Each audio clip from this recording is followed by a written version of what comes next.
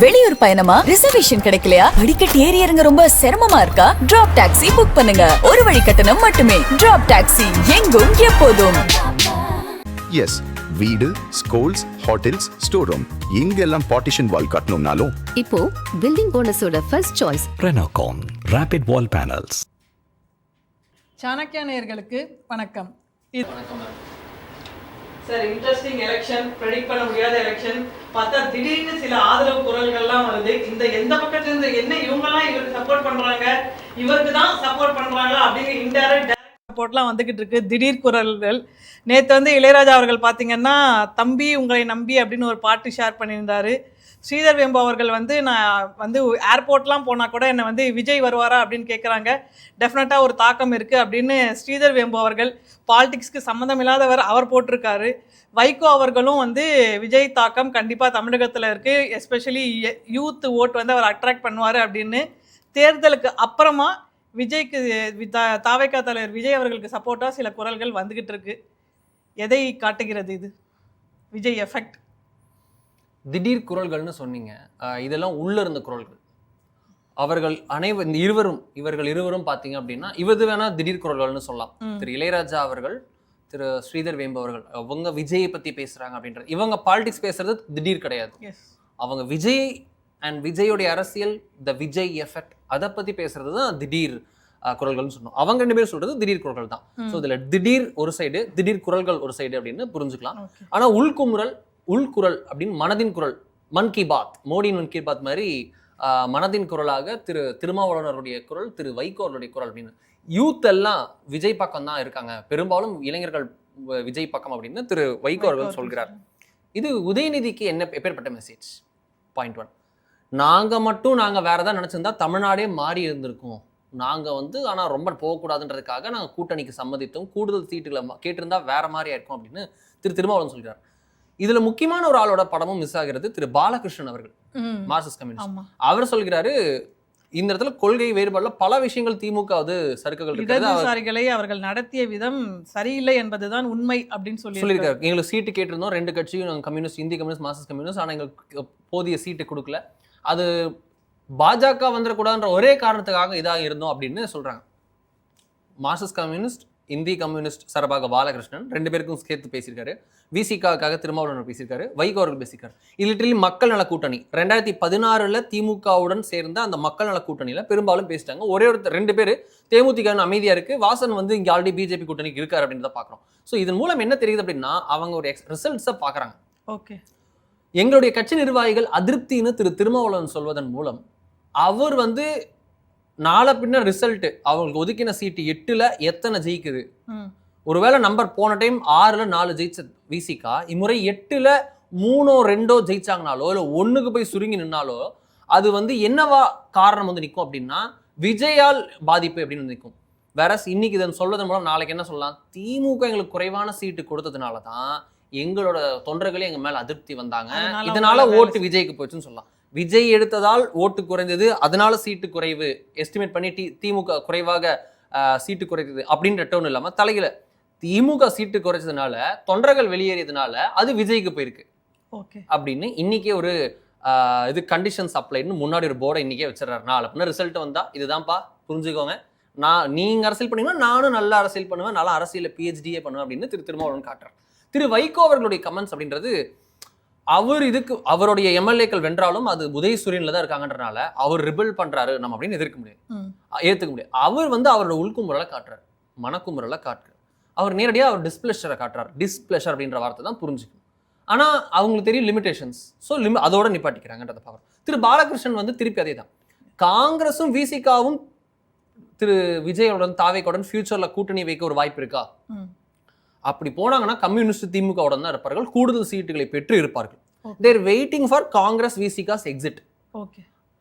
கம்யூனிஸ்டுக்கு ஒரு நெருடல் இருந்தே தான் இருக்கு. பக்கத்து மாநிலத்தை எதிரி, பாண்டிச்சேரியில் எதிரி, தமிழ்நாட்டில் மட்டும் கூட்டணி, வெஸ்ட் பெங்கால எதிரி, நேஷனல்ல கூட்டணி. என்னப்பா இது? இங்க இருந்து ஒரு ஊருக்கு ஒரு காலத்துல காங்கிரஸ் ஆட்சியில ஜிஎஸ்டி நாடு முழுக்க மறைமுக வரி எப்படி இருந்ததோ இங்க ஒண்ணு அங்க ஒண்ணு அங்க ஒண்ணு அங்க ஒண்ணு ஒரு செக் போஸ்ட் தானதுக்கு அப்புறம் ஒண்ணு வர மாதிரி இங்க கூட்டணி. கோயம்புத்தூர்ல ஒண்ணு, பாலக்காடுல ஒண்ணு, சென்னையில விழுப்புரத்துல ஒண்ணு, அந்த பக்கம் பாண்டிச்சேரிக்கு போனா ஒண்ணு, இந்த பக்கத்துல ஒண்ணு, அப்படியே வெஸ்ட் பெங்கால் போனா வேற, வெஸ்ட் பெங்கால்ல ஒண்ணு, திரிபுரால ஒண்ணு, இப்போ என்னப்பா நடக்குது, ஏதாவது ஒரு முடிவுக்கு வாங்கப்பா, நான் இங்கே ஃப்ரெண்டுனா அங்கே போனால் என்ன ஆகுது, ஒரு குழப்பம் இருக்குது. ஸோ அப்படி இருக்கு இவங்க காங்கிரஸ் விசிகோட எக்ஸிட்டுக்கு விரும்பிட்டு இருக்காங்க. விரும்பினாங்கன்னா அவங்க அப்படியே அங்கே கூடுதல் சீட்டை வாங்குறதுக்கு இப்போ விஷயத்தை போட்டு வைக்கிறாங்க அப்படின்றத பார்க்குறோம். ஸோ இந்த குமுறல்கள் எல்லாமே வந்து விஜய் அவருடைய impact. He's getting around 15 to 20% for sure. முன்னாடிலாம் 12%, 13% எஸ்டிமேஷன் இருந்துச்சு. பட் எக்ஸிட் போலுக்குன்னு ஒரு வெயிட்டேஜ் இருக்கு. வரக்கூடிய தகவல்கள் ஒரு நான் உடனே கேட்கக்கூடிய தகவல்லாம் எல்லாரும் விஜய் சொல்றாங்கன்னே நம்ம விஜய் தான் சேர்க்கிறோம். அது 4ஆம் தேதி பார்ப்போம். வந்துச்சுன்னா ரிசல்ட் தான், ஓகேவா? நம்ம ஒரு எஸ்டிமேஷன், நம்ம ஆசிரியர் ஒரு எஸ்டிமேஷன் சொல்றாரு. அந்த எஸ்டிமேஷனை அவர் என்னைக்காவது மாத்தினாரா? அமித்வங்கலாம் வந்து அதான் நிறைய பேர் கேட்டாங்க, சார் வேற 10 சீட்டுன்னு சொல்லிட்டாரு, அவருக்கு அப்புறம் என்ன பண்ண போறாங்கன்னு சொன்னபோது நான் சொன்னேன், ஏங்க 10 சீட்டுன்னு சொன்னாருன்னா அது 3 மாசம் முன்னாடி சொன்ன நம்பரு.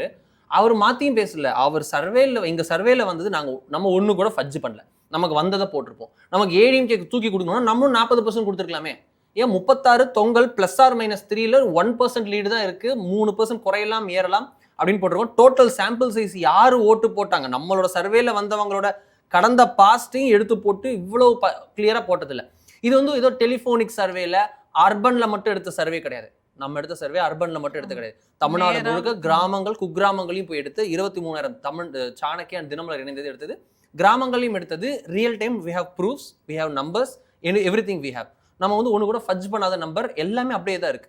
எப்போ வேணா நம்ம வந்து நம்மளால ரீகால் பண்ண முடியும், எடுத்து போக முடியும். இது எல்லாமே நமக்கு அகாடமிக்கல் பர்பஸ். அப்படி இருக்க சிலர்லாம் சொல்றாங்க, ஏன் அவங்க இது இப்படி சொன்னாங்க, இது எஸ்டிமேஷன். நம்மளால பலர் பார்த்தீங்கன்னா ரொம்ப வேற மாதிரி சொல்லியிருக்காங்க. 5% தாண்ட மாட்டார் விஜய், சிவகார்த்திகேயன்லாம் அடுத்து வர இருக்காரு, விஜய் ரெடியா இருக்கணும், இப்படிலாம் பேசுறவங்களா இருக்காங்க. நம்ம முதல்ல இருந்தே நமது ஆசிரியர் விஜய் அவர்கள் பெரிய தாக்கத்தை ஏற்படுத்தி இருக்கிறார், விஜயகாந்தை முந்த இருக்கிறாருன்னு முதல்ல இருந்து பேசுறது அவர் தான். இவங்க அப்போ வந்து எல்லாரும் அடிக்கும் போது நமது ஆசிரியர் இப்படி பேசும்போது சூப்பர் அப்படின்னு சொல்லிட்டு, இப்போ எல்லாரும் சூப்பரா பேசணும், நீங்க இன்னும் அதே எஸ்டிமேஷனுக்கு இன்னும் ஏறி வரலாம், நீங்க எதிரி இன்னும் அதே எஸ்டிமேஷன். எங்க முதல்ல இருந்தே ஸ்டாண்டர்ட், உங்களை குளிர் வைக்கணும் இல்லை உங்களை நீங்க எதிர்க்கணும் அந்த நம்பர் சொல்ல வந்த நம்பரை சொல்லணும்னு நம்ம ஆசிரியர் சொல்றாரு. நம்ம இப்பதான் ரீசெண்டா சார் வந்து நம்ம ஆசிரியர் வந்து 2-3 மந்த்ஸா இவங்க என்ன கட் பண்ணி போடுறது, நம்மளே கட் பண்ணி போடுவோம். விஜய் பற்றி பாண்டே சொன்னது என்னென்ன அப்படின்னு ஒரே வீடியோவா மொத்தமா இருக்கு, நீங்க எல்லாரும் பார்த்துட்டு அதுக்கப்புறம் எல்லாமே இருக்கு உங்களுக்கு பிரசன்டபிளா நாங்களே தரோன்ற மாதிரி எடுத்து கொடுக்கலான்ற மாதிரி தான். ஸோ ஆனால் விஜய் எஃபெக்ட் அப்படின்றது இருக்குங்க. முன்னாடி 15 to 20 வரலாம், 15 கீழே போகலாம் அப்படின்னு பல்வேறு கருத்துக்கள் இருக்குது. இன்னைக்கு குறைஞ்சபட்சம் இருக்கிற எல்லாரும் சொல்றது 15 to 20 வந்துடும். அதுக்காக நம்ம ஒரே அடியா 42%, 50% அப்படின்னா அது யோசிச்சு பார்த்தா, நீங்க ஜஸ்ட் சொல்றேன், ஒரு 90 லட்சம் ஓட்டுனா சூப்பர் ஓட்டா கம்மி ஓட்டா? நல்ல ஓட்டு.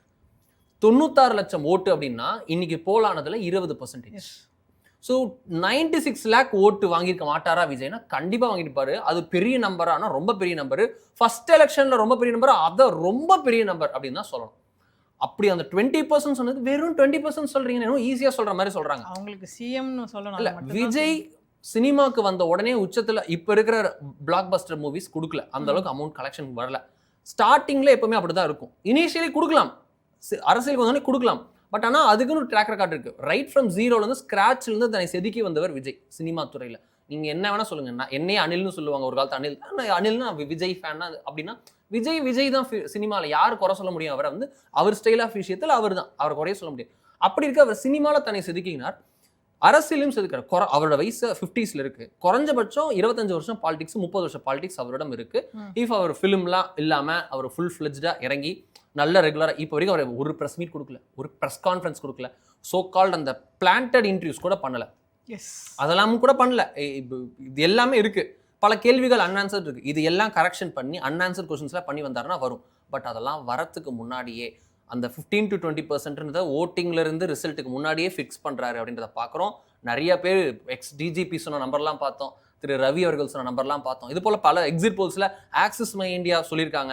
Axis My India one of the reputed இது செஃபாலஜிக்கல் இது. அவங்களோட ட்ராக் ரெக்கார்ட் 2024 இருந்து சொதப்பாலா இருந்தாலும் அவங்களுக்குன்னு ஒரு பாரம்பரியம் இருக்கு. ரொம்ப வருஷமா ஒரு தேசிய சேனல்ல கான்ட்ராக்ட்ல இருந்தவங்க அந்த 2024 எலெக்ஷன்ஸ்க்கு அப்புறம் தான் அவங்க முறியறாங்கன்றத பார்க்குறோம்.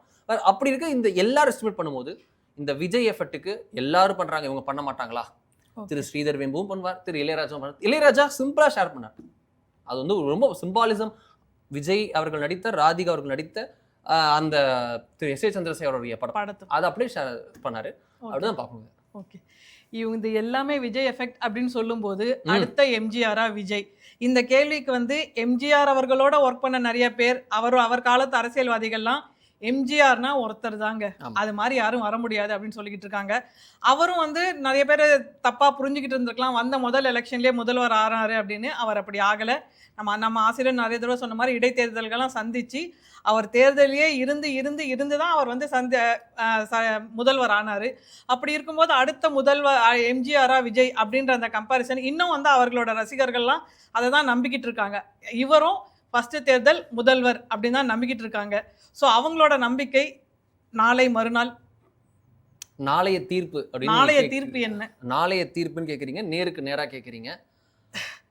இது வந்து அடுத்த எம்ஜிஆரா விஜய், 2ஆம் எம்ஜிஆர், 5ஆம் கலைஞர், 6ஆம் பெரியார், இப்படிலாம் நம்ம வந்து போறதை விட முதல் விஜய் அப்படின்னு தான் பார்க்கணும்.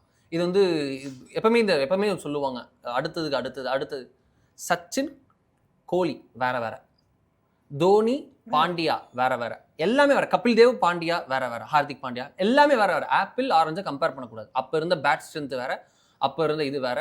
அப்போ 8 டீமு, 8ல் வெஸ்ட் இண்டீஸை பார்த்தாலே மிரள்வாங்க. நம்ம 7வது இடத்துல இருந்தோம், 6வது இடத்துல இருந்தோம். அப்போ வேர்ல்டு கப் ஜெயிச்சது வேற, 2011 ஜெயிச்சது வேற, 2024 இப்போ சூரியகுமார் யாதவ் வேர்ல்டு கப் ஜெயிச்சப்போ வேர்ல்டு கப் விக்டரின்னு பெருசாக சொன்னாலும் அந்த ஒரு காம்படிட்டிவ்னஸே இல்லை. நமக்கு எதிராக ஒரு 2-3 டீம் தான் இருக்கா, மீதி எல்லாம் டிமினிஷ் ஆகிற டீம். ஸ்ரீலங்கா பெரும் டிரான்சிஷன் தோல்வியில் இருக்குது அப்படின்னு கிரிக்கெட்டிங் டேர்ம்ஸ்லேயே அப்படி வருன்றப்போ நீங்கள் எம்ஜிஆர் அண்ட் விஜய் அது கம்பேரிசன் பண்ணுறது தவறு. அது விஜயும் ஏற்றுக்கொள்ள மாட்டார் அப்படின்னு நம்பலாம். ஏன் அவர் தான் 77 அதுக்கப்புறமா 77 எலெக்ஷன்ல பண்ணார். அதுக்கு முன்னாடி பாத்தீங்கன்னா திண்டுக்கல் பை எலெக்ஷன் இருந்தது, பாண்டிச்சேரியில் ஆட்சியை பிடிச்சிட்டாங்க. இந்த ரெண்டும் நடந்தது அப்படின்றத பார்க்கணும். நம்ம அடுத்த எம்ஜிஆரா விஜய் அப்படின்னு பார்க்க கூடாது. அடுத்த எம்ஜிஆர் செட் பண்ண ஸ்டாண்டர்ட்ஸை விஜய் முறியடிப்பதற்கு இல்லை அதை மீறி வளர்வதற்கு, உயர்ந்து நிற்பதற்கு வாய்ப்பு இருக்கு. எப்படி அப்படின்னு பார்த்தோம் அப்படின்னா, ஒருவேளை 30% தாண்டிட்டார் அப்படின்னா அது வந்து ஒரு ஹாஃப்வே. ஒருவேளை ஆட்சியை பிடிச்சிட்டாருன்னா ஃபுல்வேவே அந்த இதையே தாண்டி முதல் எலெக்ஷன்லேயே தாண்டிட்டாருன்னா அது வேற மாதிரி. உண்மையில எம்ஜிஆர் அவர்கள் பேரலுக்கு பக்கத்துல ஒரு பெரிய பில்டிங் கட்டி நிக்கிற மாதிரி விஜய் அவர்களுக்கு வந்து நிற்கும். ஆனா அந்த 30% ஷேர் அப்படின்றத நம்ம வந்து பாதின்னு தான் சொல்றோம். ஏன் அப்போ 30%, இப்போ 35% விஜய் எடுத்துட்டாருன்னா ஃபுல்லா தானே தாண்டிருக்காரு அப்படின்னா சொல்லக்கூடாது. ஏன்னா அப்போ 4 முனை போட்டி. திமுக ஒரு அணி, காங்கிரஸ் ஒரு அணி, காங்கிரஸ்வோ இது நம்ம இந்த அணிகள்லாம் ஒரு அணி இருக்கு, காங்கிரஸ் ஒரிஜினல் அவங்களாம் ஒரு அணி இருக்கு, இது எம்ஜிஆர் ஒரு அணி. அதான் காங்கிரஸ், திமுக, காங்கிரஸ்வோ அப்படின்னு ஜனதா கட்சி அவங்க எல்லாம் சேர்ந்து ஒரு இதா இருந்தாங்க. இந்த பக்கம் எம்ஜிஆர் இருந்தாரு. 4 முனை போட்டியில தான் 30% எடுத்து ஆட்சியை பிடித்தார். அடுத்து 25, 23, 18 அப்படின்னு 4வது அணியே 18% எடுத்தது, 19%. ஸோ அப்படி ஒரு டஃப் இருந்தது, ஒரு இது இருந்தது. வரசு இப்போ பார்த்தோம் அப்படின்னா வேற, அது களமே வேறையாக இருக்கிறது. விஜய் அவர்கள் வந்து நம்ம அந்த 30% கூட கம்பேர் பண்ணுவோம். ஒருவேளை ஆட்சியை பிடித்தால் தான் இந்த கேள்வி வந்து எம்ஜிஆரை முந்தினாரான்னு வரும், இல்லை தாண்டாரா, இல்லை அதை ஒரு இதா போய் நின்னாரா, அதை விட பக்கத்துல இன்னொரு பெரிய பில்டிங்கை கட்டிட்டாரு, நம்ம வந்து முந்தினார்னா தப்பு. அது எம்ஜிஆர் என்ற மாணிக்கம், அந்த மாணிக்கத்தை நம்ம வந்து டிஸ்டர்ப் பண்ண மாதிரி, அது தனி. ஆப்பிள், இது ஆரஞ்சு, இது 1960, 70, இது 2025, 26, 27. இது இந்த ஏரா, இந்த சகாப்தம், இந்த தசாப்தம் இவருடையது அப்படின்னு நம்ம அப்போ டேர்ம் பண்ணாமே தவிர இப்போ சொல்லக்கூடாது. 2ஆம் எம்ஜிஆர் ஆனா கிடையாது, முதல் விஜய். ஓகே.